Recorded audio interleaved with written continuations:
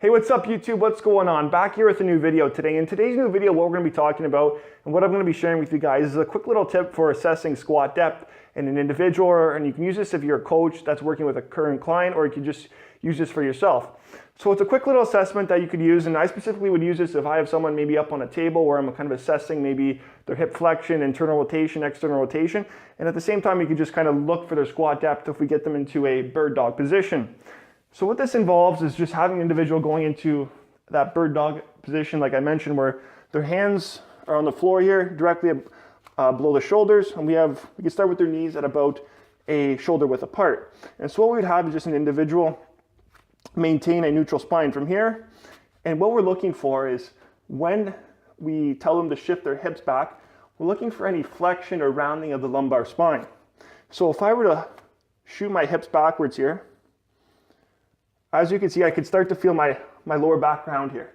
So what this would indicate to us is that this would be a limitation of them squatting in this position if their feet were at about shoulder width apart. And this is something we would want to avoid, because if they continuously go into this lumbar flexion under load, and if we were to load them up during like an actual squat, it's the exact mechanism for creating a disc herniation. This is not what we want.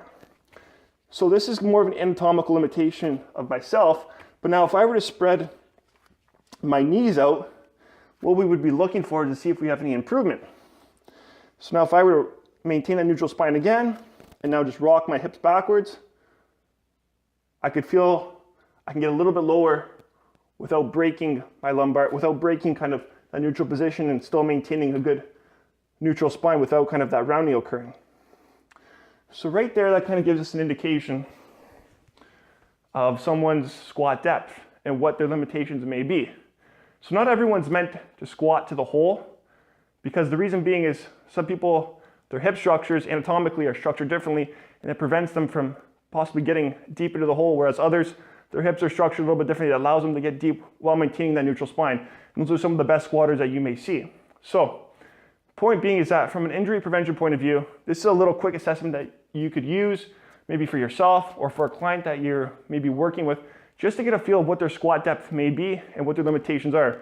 Because we don't want them to be squatting into the hole if we're looking to prevent a disc herniation from occurring. So that's one thing we could just see with this assessment quickly and have them perform this and see where that hinge or that kind of flexion position is occurring at, and see what their limitations are.